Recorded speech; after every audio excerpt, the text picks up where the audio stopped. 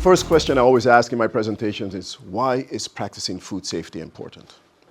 Why should you practice food safety? Because you're going to be catering to people and you do a lot of stuff. Why should you practice food safety? We're dealing with people's life. All right, you don't want nobody to get sick from eating your food. Absolutely true.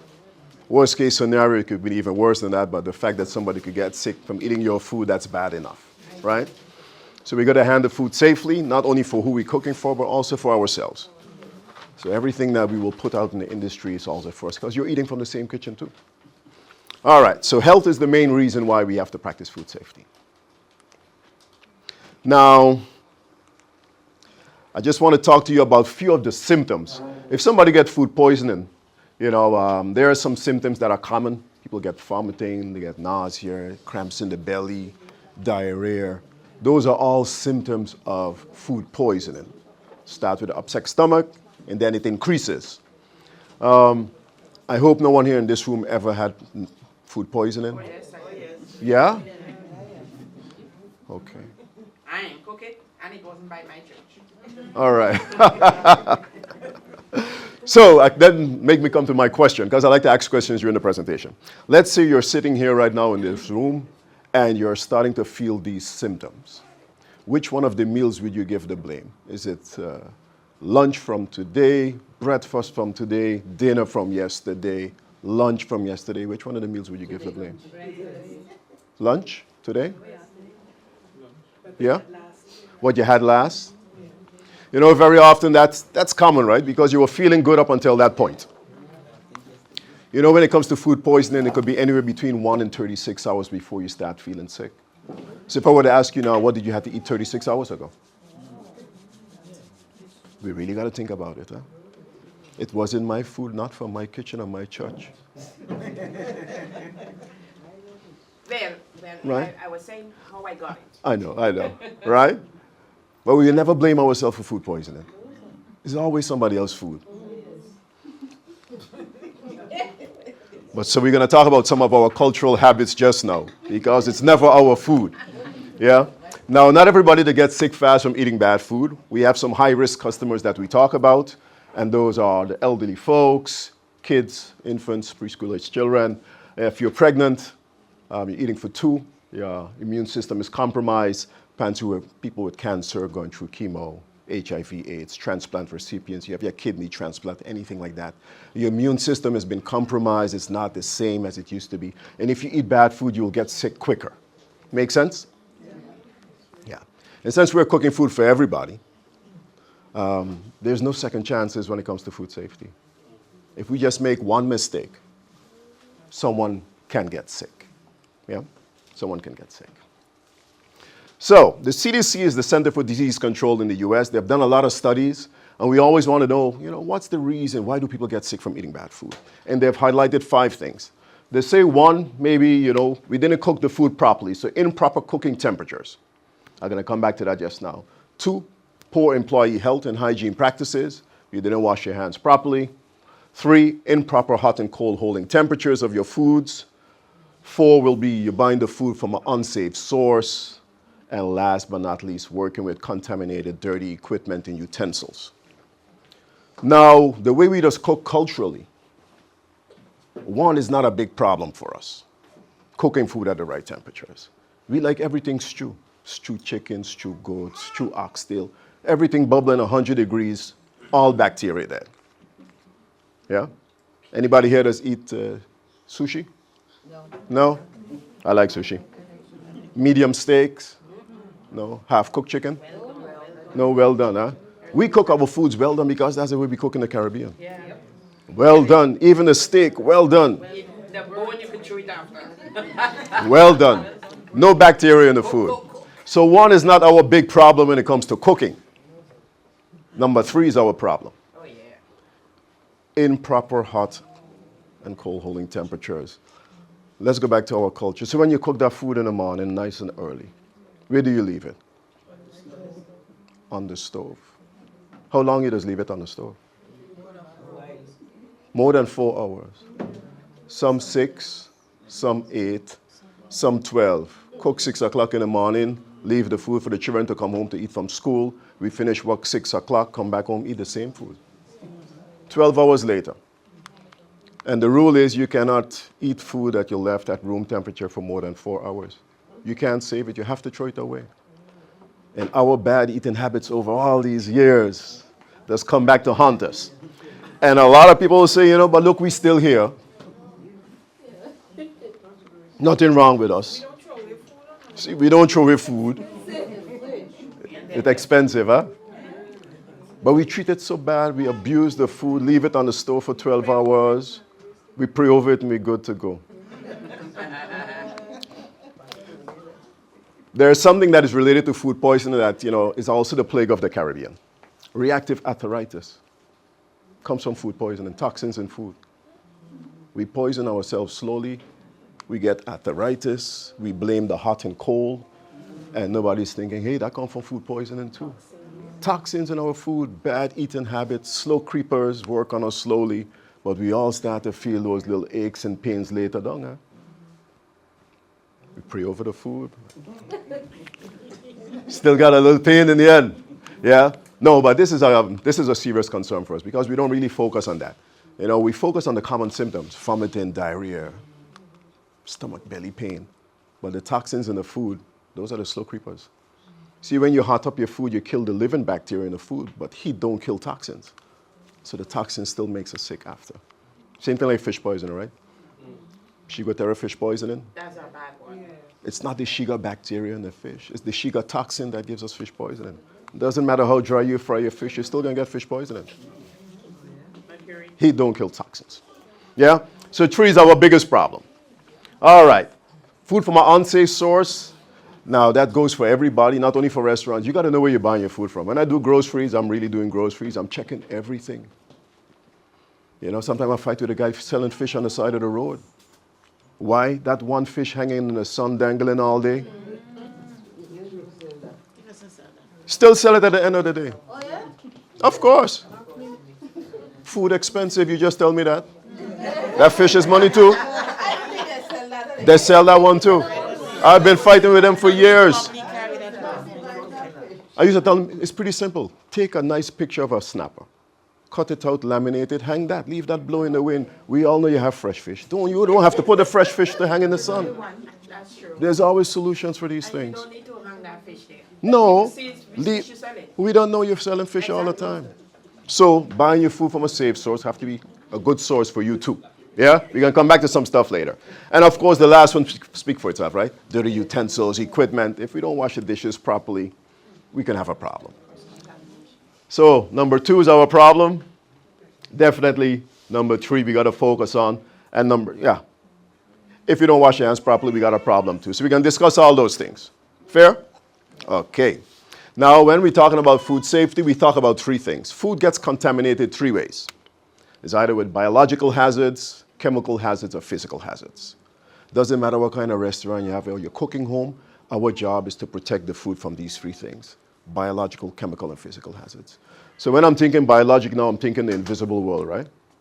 Yeah. What will we put in the biological group? What is biological? Bacteria is one. What else? Viruses, parasites, fungi. Fungi, mold is not a really danger because if there's mold on the cheese, are you going to eat it? No, so because you can see the mold, it's not a problem. When it becomes a problem, oh no, but that's different. It all depends. You got blue cheese with mold on it already.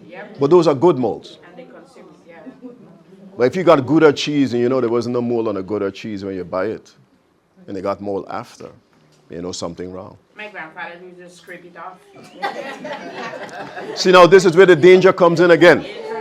We were talking about those toxins earlier, right?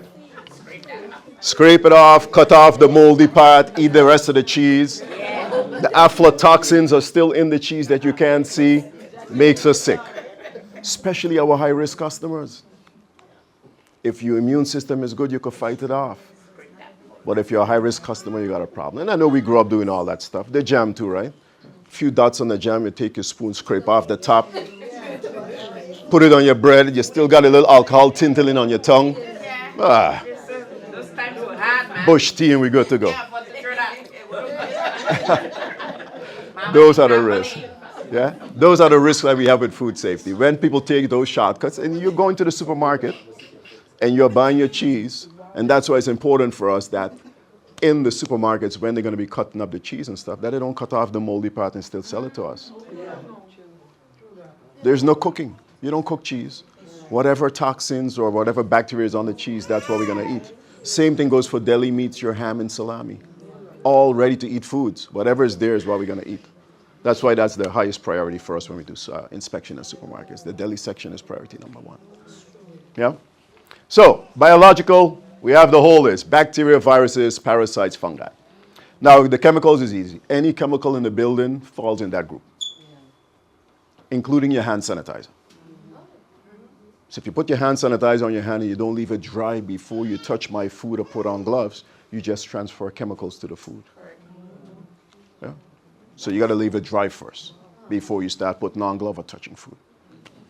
All right. And of course, you can't cook and clean at the same time. Goes without saying, right? It does still happen, huh? People still cooking while and cleaning. Now, when we done cook, then we clean, then you can continue cooking. But you can't be cooking, frying stuff on the stove, and then you want to be wiping and spraying. And, yeah? Separate those two things. All right, last but not least, physical contamination, a very long list. One of the most common, hair. Not a problem for me anymore, but hair is one of the most common we find in food. Physical. Now, if you want to remember what is physical contamination, pretty easy. If you could see it in the food and remove it with your hand, it's considered physical contamination. Here. Yep, here. I don't know if you're going to see that and remove that with your hand. Yeah. The metal shavings is there for a reason. How often do we look in the can after we open a can to see if there's metal shavings? We just open it, flip it back, pour it out. And then we do have some magicians among us. Because we have an opener, but there's still another way to open that can, huh? With a knife. Friction, metal against metal, chances are very great you might have some metal shavings. So please use the opener to open the can.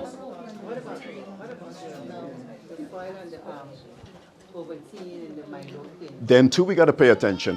When you're taking it off, you want to make sure to take off the whole thing and throw it away and that nothing falls inside of the Ovaltine. That's a good one too. Yeah? Another thing I see people do a lot is, I don't know if you, well, I would think it's, I don't know if it's germs, but it's a hazard. Mm-hmm. They, let's say for example, you use a breakable bowl, Mm-hmm. and they use metal spoons, and then if they stir it, then they do that. Yeah. You could chip off a The piece of little that. chips in that bowl Yeah. will go right into your food. And I see that so often, Yeah. and I'm like, people use a wooden spoon. Exactly. You know, use a plastic bowl. Or a plastic bowl. Yeah. I don't know if a lot of people are not conscious about that, but you may not see that little chip of glass. That Absolutely true. Yeah. Just by like releasing some food off of the spoon, Yeah. and then you chip, and then the chip goes right into your food. Absolutely. And then those you are consume things, that. and those are things that we got to, that's why we have to pay attention to what we're doing, huh? Dangerous. It's about paying attention to what we're doing when we're preparing food. Yeah? So our job is to protect the food from these three things. All the biological hazards, chemical and physical hazards. Once we do that, we can have safe food. But there's a few ways that we as people make food unsafe. Number one, sneezing and coughing on my food. Definitely a biological hazard. Yeah, but sometimes you want to sneeze, it comes at the wrong time. Huh? Hands full, nowhere to turn. Yeah, we have a problem for sure. Viruses, bacteria spreading around. Number two, cross-contamination. We just cook chicken, but we don't cook lettuce. So whenever I'm talking about cross-contamination, it always has to do with raw and ready-to-eat foods. Now, that one picture has four things wrong with it. The first one is the chicken and the lettuce. Number two is the knife. And the board. Three is the board. And there's a fourth one.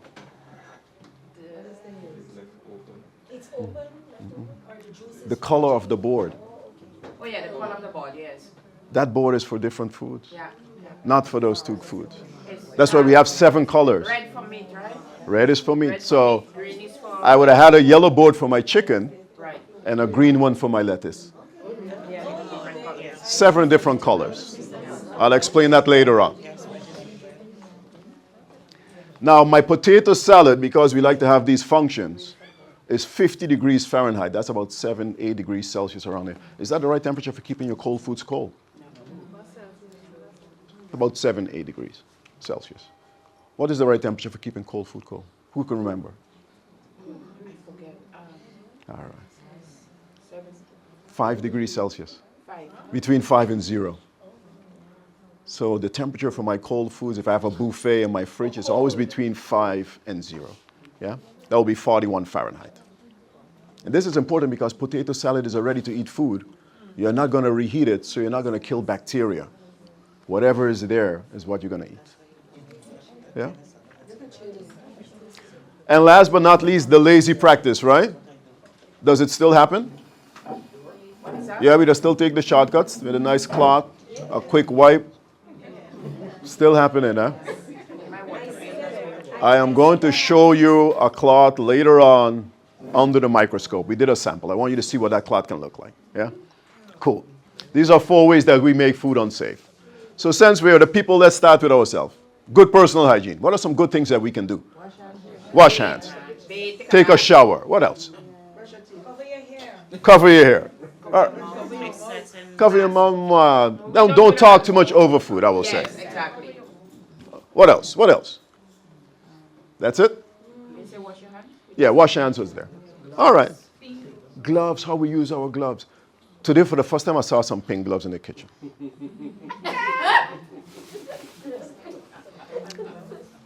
We promote blue because there's no blue food. Black creeping, so we're using black now. Now we got pink. I'm telling you, we're But trending. This is food grade, though. I know. This is food grade. See the good thing? We ain't got much pink food either, right?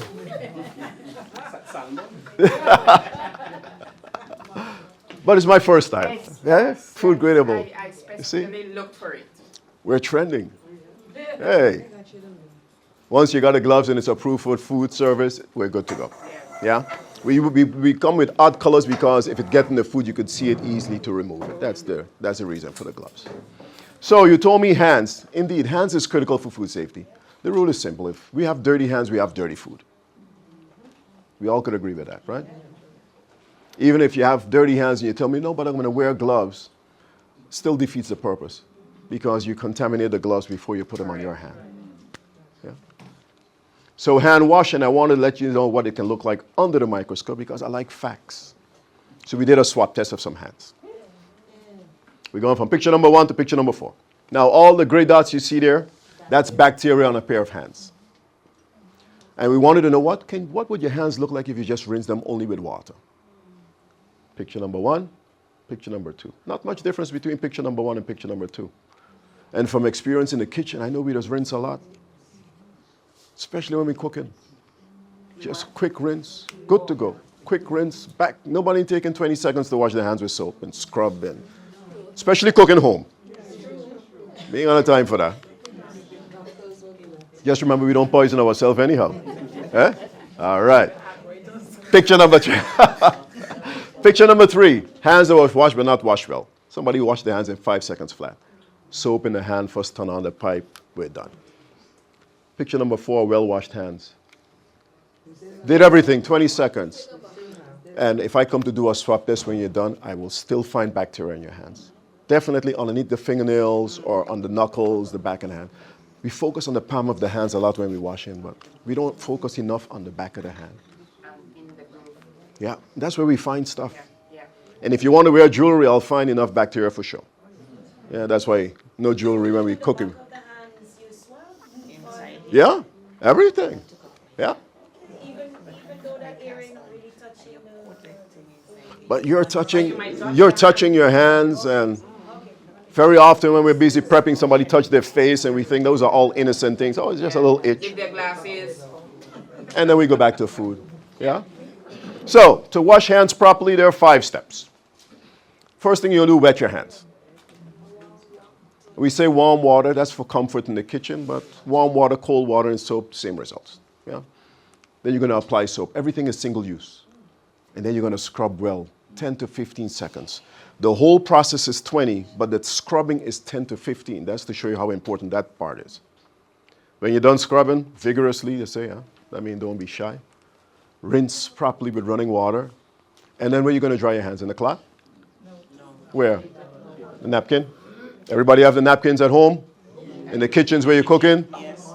I just go through a lot of paper, I'm telling you. Yes. I feel for the trees out there, but I just go through a lot of paper towels. Yes. Paper towel, single use, use it once. Yeah. In kitchens, this is the only place you're allowed to dry your hands. And if you go to the restroom by chance, I got two good examples for you. Hold on to the paper to turn off the faucet, And hold the door. and hold on to the paper to escape the restroom. Exactly. Not even to go in, I just hold in the door. Yeah. You know, The napkin. this is important. OCD. OCD. I have it bad. All right. So, I know you know when to wash hands. I'm not going to beat you up about that too much. So let's talk about the hand sanitizer. Hand sanitizer, I mentioned, is important. You could use it. It's not part of the hand washing process, though. It's an extra step. So let's say if I come to do an inspection in your kitchen and you're busy, and I don't see no sanitizer in the kitchen, not a problem. As long as you can wash your hands properly, we're good. Water on it. We cannot afford, sanitizer cannot replace hand washing. Yeah, it's an extra step. Wait for it to dry. Once it's dry, you put on your gloves, you handle food. All right? This is what a proper hand washing station should look like. Running water, soap, paper towel, garbage container. If you have all those four things in one location, it's considered a proper hand washing station. Only for hands. You can't wash no dishes there. That's right. So I'm going to show you stuff that you can do by your hand washing station. Throwing dirty water in there. Having food, defrosting it. Yeah? Stuff that we see during inspections. Huh? I'm telling you. Yeah? Only for hands. Yeah? So single-use gloves. What does single-use mean? Once. Better take them out. No recycling. No recycling. I see some people smiling. I ain't sure. Please do not try and put on your gloves like this. You got bacteria on it before you put it on your hand. Eh? Sometimes you're fighting with the gloves. People want to blow them open. Not allowed. Do not try and rinse the gloves. You just tell me they're single use. You're laughing. I find gloves drying on a clothesline in restaurants already. In the back in the kitchen. They must be the hard ones, man. Had them hanging up. Yeah, I've seen it all. Y'all cook all your food at home. Change your gloves. Whenever they get here, we got to change our gloves. As soon you're dirty, you change your gloves. As soon you're going to change from one task to the next, you got to change your gloves. Right? Single use, only once. All right. And if you're going to prepare food for someone who have allergies, if they let you know up front, a special order, we always wear gloves. Extra precaution. Because you see, even though you wash your hands, there always is still residue on your hands behind. So you just want to make sure that we handle their food safely. Yeah? All right. What else I got for you? Nice hands. If I do an inspection now, not everybody going to pass. I already saw a few fingers and hands already. Yes. This is what we're looking for. If you're going to work in the food service industry, this is the rule. Nice and short, clean nails, no fingernail polish. You see, we have the X there, which means the long ones are no good. And fingernail polish is no good. And the combination is no good. You can't clean properly under your nails. And if you have on fingernail polish, you can't see the dirt under your nails. That's the bacteria that is going to spread to the numbers to make someone sick. Yeah? If you get cut, easy rule, put on a Band-Aid and a glove, finger cut or a whole glove, and we're good to go. That's the rule. Once you get cut, put on a bandage, put on a glove, you could continue preparing food. Yeah? These are the simple rules when it comes to hands. Treat your hands properly. Now, shower was mentioned, brushing teeth, all kind of stuff. We got to make sure our clothes are nice and clean when we're going to prepare food for somebody in the kitchen, like my friend here. the working attire. See? Well, good to go.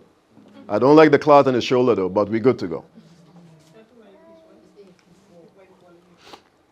Well, let's go back to that now. Well, you got to wipe your sweat? What you got on a head? Now, this is the problem. He's going to wipe the sweat, right? Pick up the cloth, wipe his face, and then throw it back. He ain't washing his hands. So that means you have to do this. Oh. Go over there and then dry up. That's why you got to put on the hat or hairnet. That's why even if I'm working in the kitchen, I have to put on a hat or hairnet, even though I don't have no hair. Because when I had hair back in the day, the sweat, perspire come down the sides. When you bald, it's just coming down, I'm telling you. You're wiping, you don't want to see me like this in the kitchen. So for that reason, I too will put on a baseball cap or, cover it up. All right. We're going to cover up our hair. That's a golden rule. Clean uniforms, golden rule. Apron. Make sure your apron is nice and clean. And no jewelry. Those are things that we focus on. When it comes to hands and arms, we say take it all off. Take off the rings, your watches, your bracelets. You don't need it when you're cooking food. You can put it on after. Yeah? I don't think, your good half will get upset if you take off the ring to cook some food. The ring to cook some food. I think that's okay. I'll tell you what I used to tell my employees back in the day. If you're so attached to the ring, if you're wearing a chain, take your ring off, put it on the chain, keep it close to your hat. And if by chance you forget to put it back on your finger when you reach home, you can say, honey, I have it right by my hat. Problem solved. You know what I mean? That's how we solve that problem. All right, eating habits, because this was mentioned earlier before the class started. Eating and drinking. The bad habits we got. Home, anything goes. The inspector ain't coming to trouble you there. But if you're in the soup kitchen cooking for somebody else, then you can't be doing this stuff. Huh? Yeah, and tasting the food and putting back the same spoon in the food. That's the next step. I was going to ask you just now how you just taste your food by hearing some stuff here already. Yeah? No eating and drinking. But since you want to touch on tasting, tasting is a habit. Yeah? Tasting is a habit. So how I taste home is how I will taste in a restaurant. If you're a customer putting your finger in the pot home, you're going to put your finger in the pot in the restaurant. So that's why tasting is always with 2 spoons. The good method is 2 spoons. There's already a big spoon in the pot.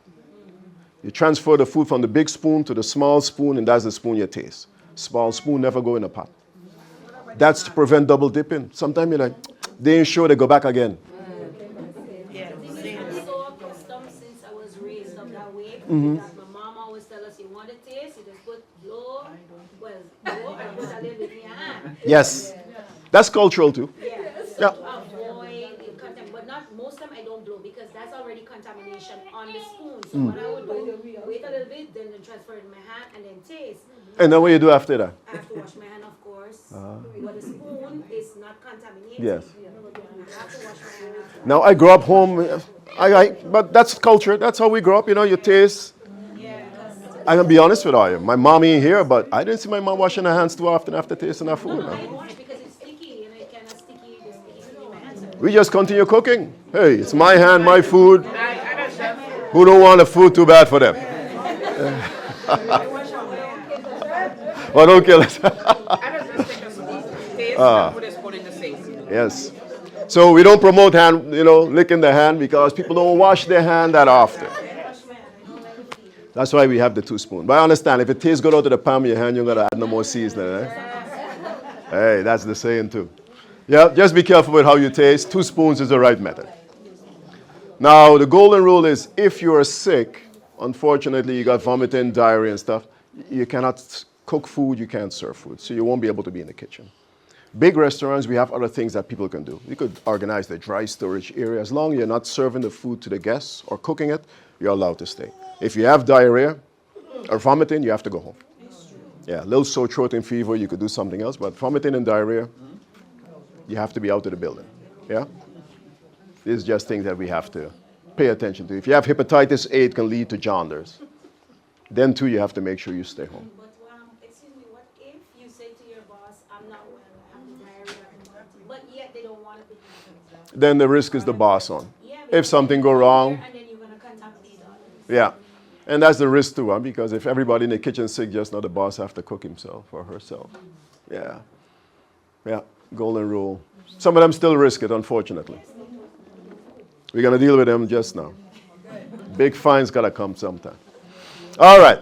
So that's it with personal hygiene. Easy stuff, right? All this stuff we know. Now, when it comes to dealing with bacteria in food, temperature control, time and temperature control is important.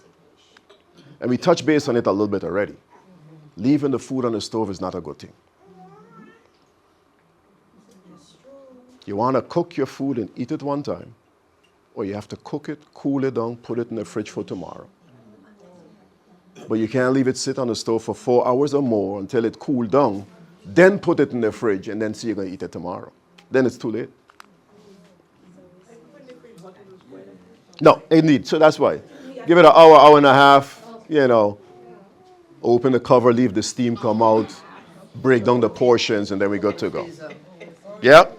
So we decided that you only could leave food at room temperature for 4 hours, and after that you have to throw it away. So let's play a little game. I'm going to put up some pictures for you. You're going to tell me which foods you have to save. 4-hour rule. Which food you have to? Save. Okay. Which one you have to control time and temperature? What would you say? Fish, going once? The chicken too? Both of them, huh?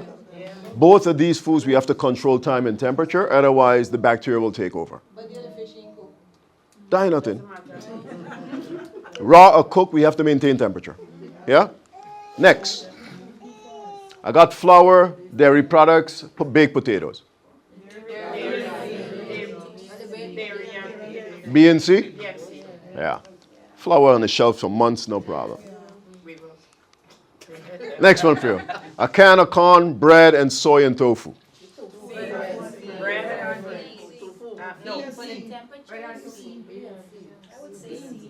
I got C going. I hear him B and C. Going once? Going twice? Only C. You can leave bread out for 4 hours, no problem. There's no moisture in the bread, so we're good to go. Yeah. Bread on the shelves, 2-3 days in the supermarket, nothing wrong. Yeah? That's my little game with you. So some foods we have to control time and temperature because the bacteria will take over quick, and other foods, not a problem. So when we're talking about controlling time and temperature, we talk about the temperature danger zone. Meaning that all my hot foods should always be kept at 135 and higher. Heat kills bacteria. Yeah? So from 135 and up, this fat is dead. All my cold foods will be 41 or lower, which is 5 degrees Celsius or lower. The pathogens, Salmonella, E. coli, all the bad boys that makes us sick, they don't multiply in the fridge. So once I have my food at this temperature, they basically you stop bacteria from multiplying. Yeah? The bad boys that makes us sick.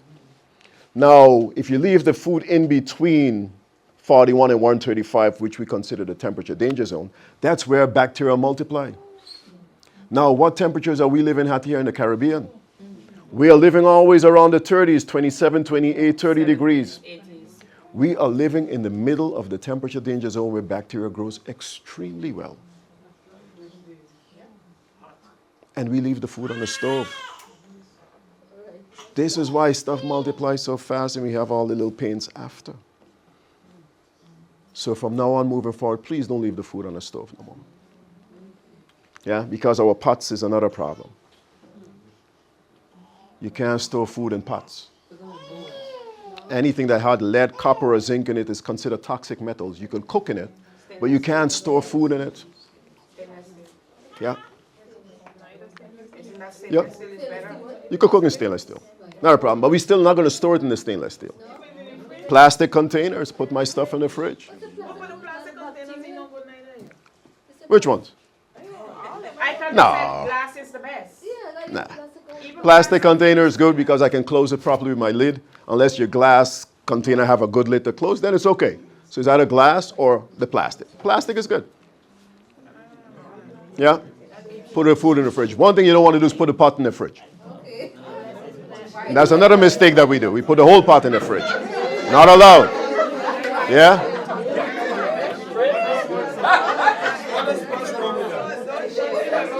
All right. I have a question over here. Sorry. There is a suggestion that if it's platinum pots, it's safe. Platinum pots. Platinum pots. Platinum. The platinum cookware. Yeah, no pots in the fridge. No pots in the fridge. No, but what are those Possible. cause? What does Okay. Like I mentioned, anything that has lead, copper, and zinc in it. So if your pots have lead, copper, or zinc in it, it's considered toxic metals. The food then leaches the metal and it poisons the food. It's the same thing if I have a dented can. Since we're talking about metals, let's talk about cans. Yeah? Dented canned foods, on special in all the supermarkets. I have a big problem with all of them. But what happens is, inside of the can, there's a beige or a gray plastic coating that separates the food from the metal. When a can gets dented, that breaks. All of a sudden, the food touches the metal. It leaches the metal poisons your food, and then you get sick with botulism. Same thing why you can't store food in pots in the fridge. It's the same effect. Yeah. So, checking temperatures, you need certain equipment. Thermometers. You agree? Yeah. I know we have a lot of experience with cooking. We have our own little methods, toothpicks and different things. But if you want to know if food is cooked properly, a thermometer is your best friend. It's way quicker. Check your temperature, get your temperature, you're good to go, you eat your food, you're done. No guessing. Yeah? Still fighting with some chefs about that. They believe they could just tell you if the chicken is cooked or grilled just by looking at it. Nah. Thermometers is our best friend. So let's talk about your fridge, your cooler space. There are some things we have to focus on when we're thinking about coolers, right? What is important to us? What should we be checking? Right temperature. One. What else is important for us? In the fridge, you mean? Yes, so this is your cooler, the fridge. Storage space. Storage Because space. The fridge has different temperatures, I think. So certain foods have to go in Certain areas. areas. So it's how you store your food. Right. Okay, so we have the temperature, how we store our food. What else is important for you? Separating our cooked from our raw foods. What else? There's one more thing that is critical, but I don't hear it yet. Lighting. No, lighting is okay. It's not critical. Cleaning. Ah, thank you. The cleanliness. The fridge got to be clean, eh? So it's temperature, cleanliness, how you store your foods, and then we move from there. Don't overload the fridge because if the air cannot circulate, then the temperature goes out of whack, and then you spoil your own food because you got it too full. Blocking the vents. Blocking those vents. Yeah? So here I got a nice picture for you. When it comes to storage, the things that we focus on is temperature, how you store your foods, the cleanliness, and of course, your raw and ready to eat. Separate those things from each other. So these are the 4 things we got to focus on when you're thinking about your cooler. This is what we focus on to make sure that we keep that food safe in your fridge. Yeah? Freezer, everything is frozen solid. There's no juices flowing from one food to the next, so that's all good. You still wrap it properly, but in the fridge, the cooler space is where everything becomes very critical. And for restaurants, this is how we would store our foods to make sure that there's no cross-contamination. Ready-to-eat foods on top, then my seafood, whole cuts, my steaks, grounded stuff. Chicken is always on the last shelf. Why? The bacteria. And it has to do with the cooking temperatures of my food. This is all ready-to-eat food. I can eat it raw. Fish is cooked to 63 degrees Celsius, 135 Fahrenheit. Here you have my steaks. I could eat them rare, medium well. Steaks is a safe product. Grounded stuff should be cooked to 68 degrees Celsius, and chicken should be cooked to 74 degrees Celsius. Now, if I put chicken on top, and by chance I didn't store it properly, and the juices from the chicken drip on my other foods that I'm going to cook to a lower temperature than chicken, chances are the bacteria that is in the chicken might survive the cooking temperatures. Because my chicken is 74, and my fish is 63. Salmonella definitely will survive 63 degrees cooking. Yeah, so we put it in the order of the cooking temperatures. So you see fish is on top. So if it drip on the other foods, it's not a problem. It might smell fishy, but it has nothing to do with food safety. Yeah? A lot of people put fish on it because they don't want it. Has nothing to do. That's just a scent. Yeah? We're all good to go with that. All right, dates. Do you label your food when you put it in the fridge?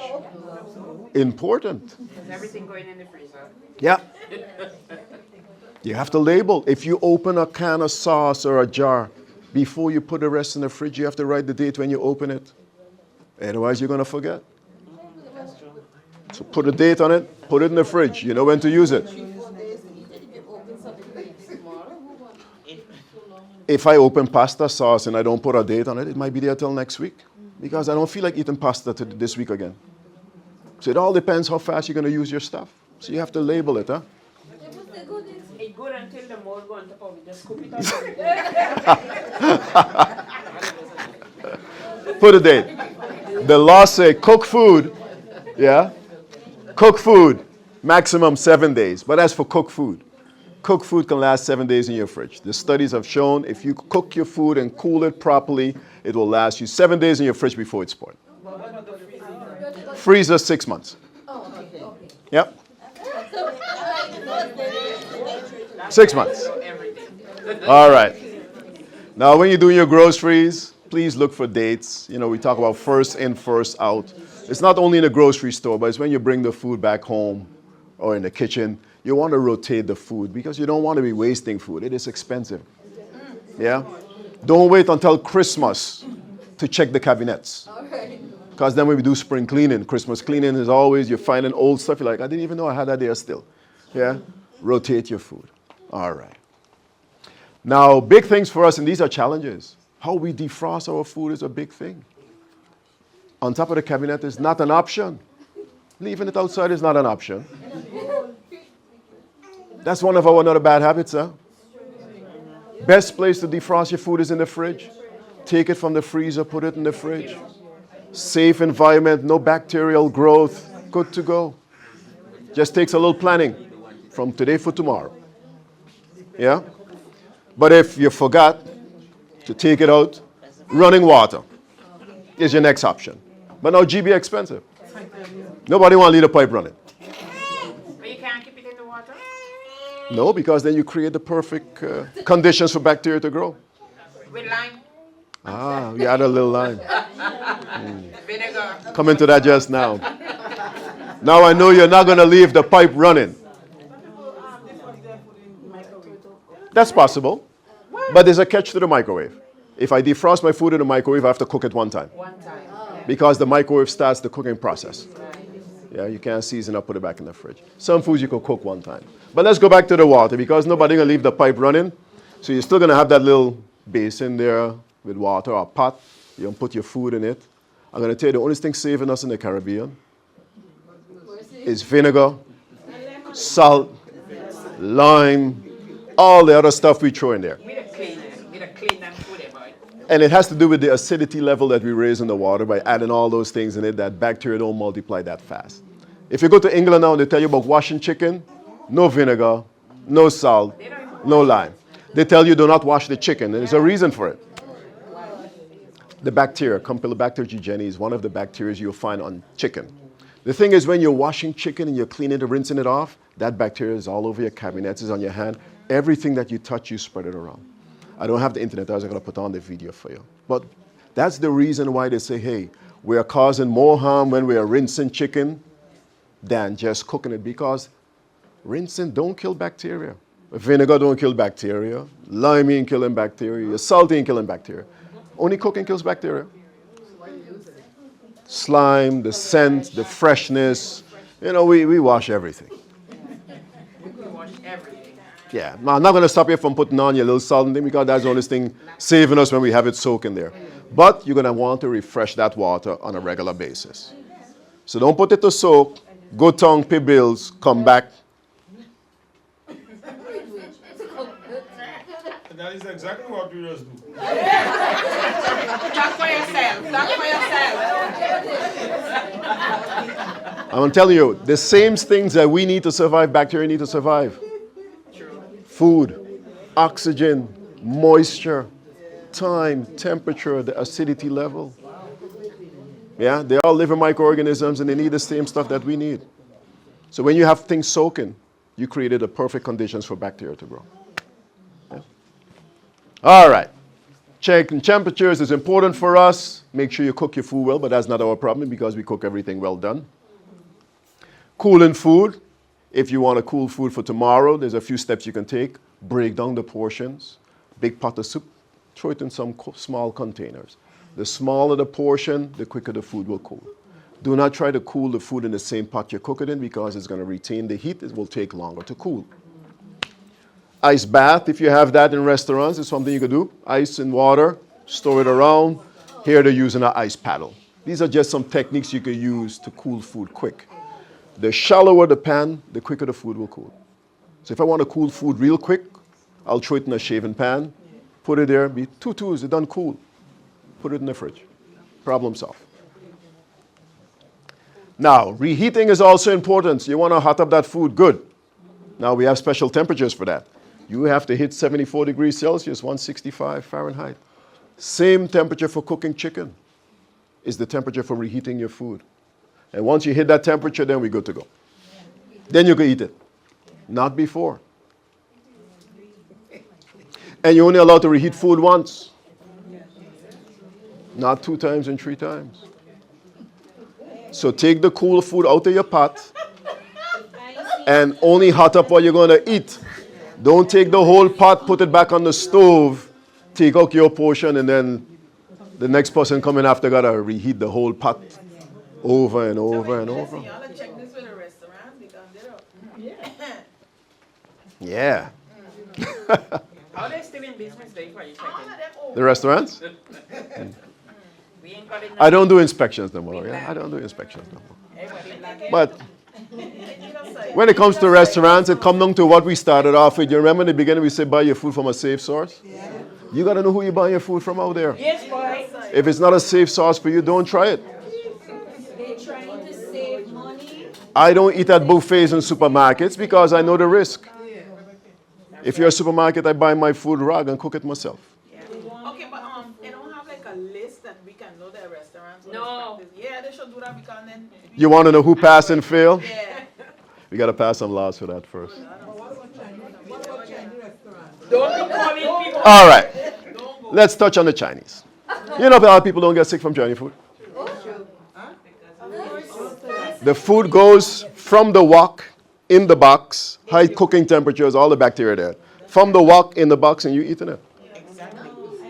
A lot of people don't get it. It got to be something real bad that it was out of the way. Yeah. And you want to eat it one time. So don't save it for tomorrow. Yeah. Yeah. You know, there's certain practices that they do, but you don't hear a lot. You don't hear a lot from that. But it all depends on what it is and how it was cooked. Or if the person was ill, sneeze on your food, anything could happen, you know. Those are the things. Yeah. All right. So let's talk about cross-contamination. Cross-contamination can happen at any time. And this is important because cross-contamination can happen from the time you do your groceries until you put your food on your plate. Even in the bag when you're packing your stuff can go wrong. Yeah? Eggs break in the box, leak out on all your other foods, you have a problem. You pick up the pack of meat, it's dripping blood because you didn't take up one of those plastic bags from where the veggies to put the meat in. These are just little tips, huh? If you go and pick up meat, that styrofoam thing always leaking. Get your plastic bag by the vegetable place, put your meat in there, and you secure your stuff so that there's no dripping going on. Yeah?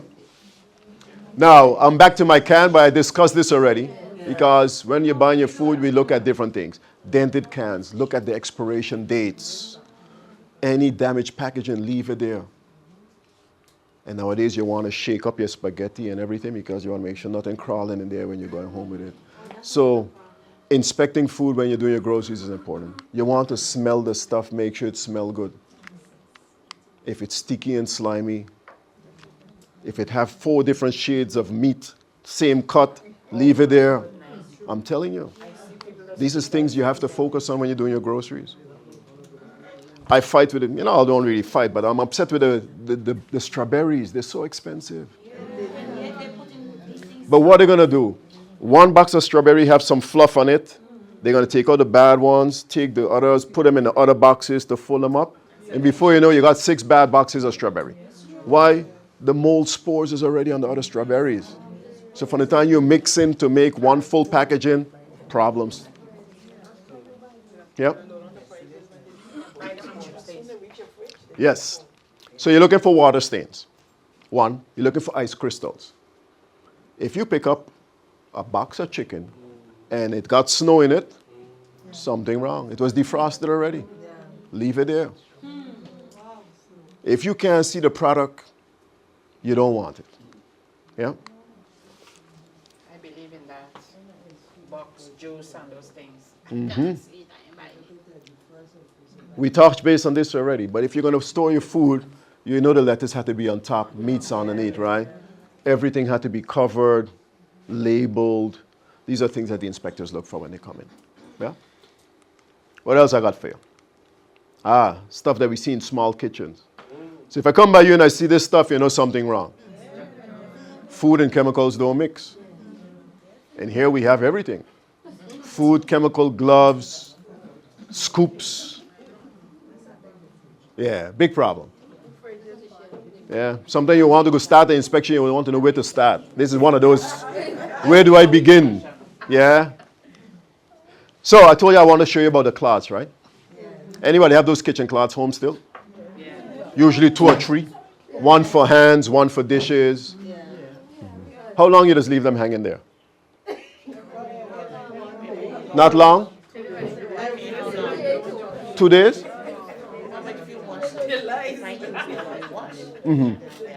You use them one time for the next? Okay. Sometimes we leave them hanging home too long, eh? Everybody drying their hands in the same cloth home. So, I want to show what it can look like. What it can look like under the microscope when you use them for everything and you don't change them on a regular basis. So this is my colleague in Holland. We were busy doing some trainings and some bad examples we needed. The cloth, and you see cleaning the knife, you can cut the meat just now. So I'm going to show you the tip of a cloth under the microscope. That's the tip. When you use those kitchen cloths for everything, wiping surfaces, drying hands, cleaning knife. The surface, another one for the glass. You know what I ain't true. It's true. And I had a cook here in the island, and you know what he tell me? He said, boy, it's so hot in the kitchen. You know that what they're using that cloth for too. They use it for everything. Everything. And then they clean the rim of your plate before they send out the plate. Yeah? So I'm showing you this because this is a reality. Be careful with the cloths, how you use them home. Don't leave them hanging too long. What is for dishes, what is for hands is for hands. I told you I go through a lot of paper home because I use paper all the time. Yeah, bad habits. Be careful with that stuff. Make sure you clean up your areas properly before you start prepping food and in between. These are things that we got to do. If you're going to prepare food, and we know we only have one little piece of cabinet, just how you store your food in the fridge is how you should prepare it. Veggies first, then seafood, meats. Chicken always lasts. Because if you prepare the chicken first and you don't clean and sanitize properly, you will cross-contaminate the other foods after chicken. So we prep it in the same order how you store it, yeah? Washing lettuce, important for us who want to be healthy. Leaf for leaf. Leaf for leaf. Yeah, slightly warm. If there's ants on a leaf of lettuce and the water is slightly warm, you will let go. Cold water, the ants will hold on. Try it. Ants on a plate, put it in the zinc. Cold water, they don't move. Water is a little warm, they will let go. You add soap, well, everybody there for sure. But we can't put soap in our lettuce. Why not? What about baking soda? Baking soda. That's okay. Baking soda is okay. Some people who drop a little lime in there, a little salt. All of that is allowed. No Clorox, people, no Clorox. I hear about the Clorox too, you're laughing. I hear about people dropping a little Clorox in the water to wash lettuce. No, you just tell me I can't put chemicals on the same shelf with my food. But they want to drop it in the same water with the food. Peroxide. Sorry? Peroxide. Yeah? You can drop Clorox, you can drop peroxide. Yeah. Salt, a little vinegar, some lime, we good to go. You're going to cook your goat meat, little brandy, kill the scent, we good to go. You're going to evaporate anyhow. All the alcohol gone. Yeah. Now Nobody ain't you're getting telling drunk. to buy rum. No. I'm not telling the buy rum. For cooking. Yeah? Now, we don't touch food with our hands. Good example today. Came all the way to the class. Nice treats. Came with our own gloves. Why? Because we can't touch ready-to-eat foods with our bare hands. Excellent. Clap me now. Good practice. Good practice. Good practice. All right. I just want to touch a base on some a few more slides. I know we run out of time. Allergies is big for us when it comes with food safety. When it comes to critical areas, when it comes to food safety, allergens is one. I always beg everybody on behalf of everybody who have an allergy out there, if they come to your restaurant, they come to your kitchen and they say they have an allergy, please take them serious. This is, if we mess up here, it could really cause a life. Yeah, hospital. Yeah. We call it Big Nine nowadays. Dairy products, your eggs, fish, crustacean, your shellfish, tree nuts, peanuts, wheat, gluten in there, soybeans, and sesame seeds have been added to the list 2 years ago. These foods you see on the board is responsible for 80% of food allergen cases. 80%, 80. So if somebody said they have allergy, please take them serious. Yeah. Wash our hands, clean the surface. Only one person allowed to touch that plate. Not 3 in the kitchen, only one. Yeah, if we make a mistake, we're going to start over from scratch. Clean, we're starting all the way from the beginning. Yeah. These are the symptoms. Huh? Itching around the mouth, face, and scalp, tightening in the throat, the wheezing, shortness of breath. They'll get the hives on their skin, swelling, eyes, hands, feet, abdominal cramps, vomiting can happen eventually. They will lose consciousness because they're that swollen, the windpipe will close off. They could be dead 30 minutes later in your restaurant or after eating the food. Yeah. So with this, we always have to know how our dishes are made. My little boy have allergies, the youngest. Gluten, eggs, 0.5 for gluten, that's the highest. Eggs is a 0.3. And for me, I have to look at everything. Even my seasoning home is gluten-free. That's why we can't eat out, because there's a lot of seasoning with gluten in it. So I have to pinpoint everything. If I go to a restaurant here, I walk with my own seasoning from home. And I say, I want mahi-mahi, no sides. This is my seasoning, season it with that, put it in the frying pan, bring it back, and we good to go. Yes. Yep. I only go to certain places who I trust and where I can go to eat with them. Yeah? Safe source for me. And he has his EpiPens there as backup. But I don't want him going through that whole thing in the first place. Yeah? But we always have to take it serious. Please take it serious. Yeah? If not, call the ambulance. We know how it goes. Every second counts. Now, to prevent all of that from happening, we have to clean and sanitize. Make sure your place is nice and clean. Now, there's a difference between cleaning and sanitizing. Let me see. You could tell me what's the difference. What are we trying to accomplish when we're cleaning stuff, and what are we trying to accomplish when we're sanitizing stuff? Sanitizing is really trying to get rid of bacteria. All right. Agree. So what are you trying to get rid of when you're cleaning? Just clean the surface. For me, I find sanitizing. You just want to see your place clean. It's more thorough. You like Sanitizing is more cleanliness. thorough. All right. You're not far off. You're not far off. Cleaning gets rid of everything. To me, it's like you're doing a general clean. You're making sure that everywhere is clean and safe. Uh-huh. And you're sanitizing it now to make sure that there is nothing there. After you, say for instance, I prepared some chicken. Uh-huh. I have to sanitize the area afterwards because I prepared that chicken. Now, before I clean that chicken, I clean the area. Okay? Yeah. But then now I'm dealing with the chicken now, so now I need to sanitize that area now. Okay. So I think the cleaning process is first. Yeah. And then you sanitize the main. After. Yeah, it's like making sure there is nothing that can contaminate. All right. All right. Sanitizing is getting rid of bacteria for sure. You say you like to see his place clean. You're there as well. And that's the step. Cleaning is getting rid of the stuff you could see. Food residue, grease, dirt. And when we sanitizing, that's only when we're killing bacteria. So when I'm talking about clean, I'm talking about water and soap. Getting rid of what we could see. And when we're going to sanitize, that's when we're working on the pathogens, on bacteria. Yeah? Can I sanitize without cleaning? The answer is no. I have to clean first and then sanitize after. Do I have to sanitize everything in my kitchen? No. I have to clean everything in my kitchen, like you were saying. I will sanitize anything that is going to touch my food directly. Yeah? That's the difference. So I will clean everything with water and soap, but I will sanitize the things that are going to touch my food directly. Cutting boards, the cabinets, my knives, pots, those things. Yeah? Make sure you clean before you start working and you set up properly. We're going to clean the kitchen before we start. And we're going to clean during, and we're going to clean after. Question. Yes? What about the sponge you used to wash dishes? Mm-hmm. Wash them out properly, put them to dry. Yeah.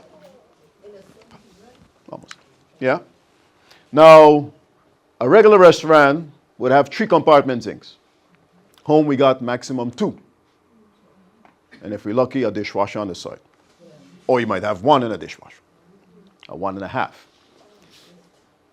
The same way for cleaning a table, after using it, was be to scrape off your food, then you wash, you rinse, you sanitize, and you air dry. It's the same way when we're washing dishes. But you know our culture. A lot of us don't have no 3 compartment sink, we only have 2. So we have come up with our own strategy. Soap and Clorox in the first pan. Killing 2 birds with 1 stone. We wash it and sanitize it in 1 shot. Then we rinse. We're done. Don't stop. Continue throwing the Clorox in the first water, not a problem, because rinsing will get rid of the Clorox. We don't promote Clorox in restaurants because after Clorox you have to rinse. So if I were to put Clorox in this water and use it as a sanitizer, I have a problem. That's why we only use food-gradable sanitizers in restaurants, where I would wash, rinse, sanitize, and then leave it air dry. Yeah, but Restaurants have this. it's mandatory by law. Supposed to have. I know back in the day they used to give exemptions, for a 2-compartment sink, and that's only if people were not going to be preparing food after. But the rule is a 3-compartment sink in restaurants. In the wash, what are they supposed to put in the water to wash? So here we'll have soap, and then you have the regular water, and then normally we have food-gradable sanitizer that we use for sanitizing in restaurants. But now home, we just do our soap and Clorox. Allowed to use Clorox to wash? For washing, yes, because you're going to rinse after. Yeah, just don't use it for sanitizing. Yeah? Yeah. Garbage, clean up the place, get rid of the garbage. Please don't follow that picture. Do not put no bags on the table, even the back hurting you. Best thing, take the bin to the door, take out the bag, because if it starts to leak in the kitchen, you give yourself more work. And if you don't clean and sanitize, what's going to happen? Germs? What else? Flies. Oh. Not only flies, roaches, rats, everybody come in. So pest control is something that we got to do, make sure that, we keep those bad boys away. The best job is not to leave them come in the first place. So we do our inspections and make sure. Now, droppings from rats, once the rat bite the bag, that's it, game over. You can't save it. Now, as an inspector, I won't close you down if I see a rat run through your kitchen if I'm there by chance during an inspection. I'm not allowed to close you down because you have no control over where rats run. However, I don't have to see the rat, but if during my inspection I see rat drop-ins, that means you have residents. These guys live in here now. And for that, they will close you down. Yeah? So a rat running, yeah. But that's going to make me do a deeper inspection, right? Because now I'm looking for drop-ins. Most dangerous thing in our kitchen, the rats. And then we have the roaches. You got big and small. The German cockroaches are the ones who like to live inside. Little fellas, dark, warm, moist, hard to clean places. Once they get in, they don't want to get out. These are the egg sacs from roaches. Huh? Good conditions. How much roaches do you think in one bag? 30 to 40. 30 to 40 roaches per capsule. Good conditions, 120. Tomorrow. This is why we don't want them coming inside. If you see roaches in the daytime, which means you have an infestation because they only live in the dark. And if you see them in the day, which means your place is full. The weak ones have to come out in the day trying to survive. Yeah? So make sure that your place stay clean. Control your boxes. You could smell the roach. Yeah, you could smell it. You know something is wrong. And this is where it starts, huh? Because you could be doing everything good with your temperatures, but if these guys in there, we have a problem. Yeah?